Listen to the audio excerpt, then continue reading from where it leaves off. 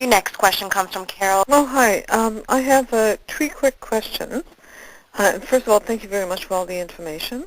Now, the first question I have is when people say lots of fluids, there's a lot of people that I'm a patient and I get told lots of fluid, lots of fluid. Could you quantify a little bit on something that we can recognize what we mean by lots of fluid, like per hour rate or like glass full and how many glasses? Well, I had talked about 3 liters of fluids in a day, and a lot of people are using water bottles these days. So a lot of these water bottles are a 500 ml bottle, or like a cup is 250 mils. So one of the keys is just having water around wherever you are, or other fluids to support your calories and your nutrition. So 3 liters, then several water bottles and other fluids. Does that help?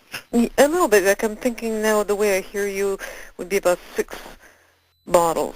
Yeah, but so I wouldn't but I wouldn't recommend that all be water. I recommend all like in relationship to picturing what it is that you're having to drink.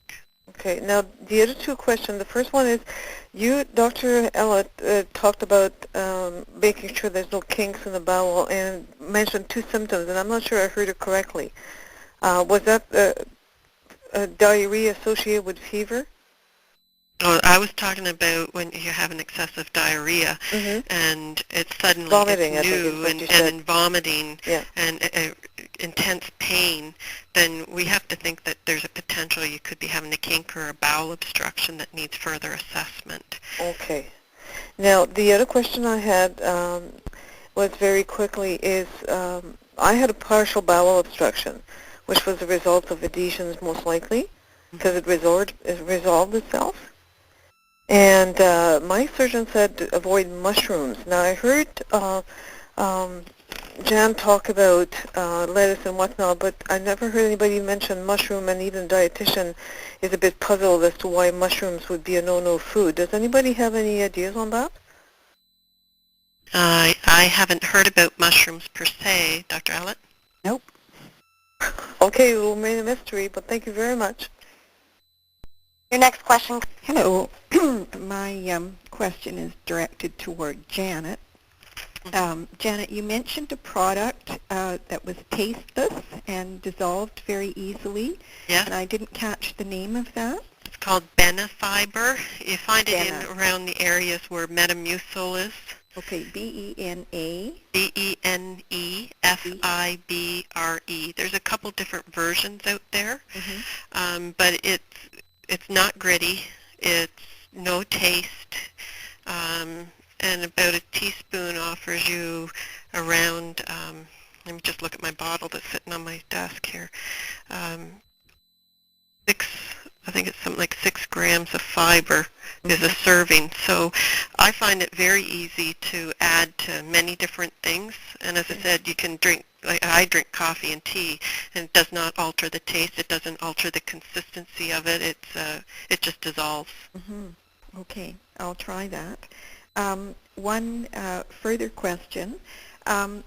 In your experience, and also Dr. Ellett, have you seen many people developing diverticulosis or diverticulitis as a result of chemotherapy, or is that usually a pre-existing condition? The diverticulosis is a complication of getting older.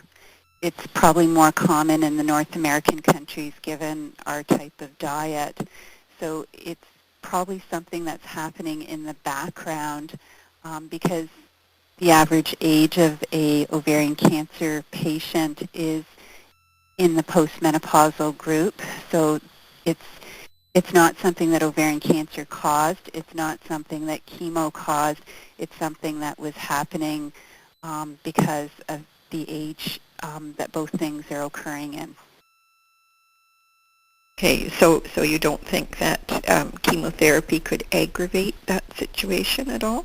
Well, certainly if there is a complication of the diverticulosis so that you get an infection and your counts are low because you're on chemotherapy, that's a situation that means you need treatment with antibiotics, and you may need to swing into intravenous antibiotics if the pain and the fever is a problem. Mm-hmm.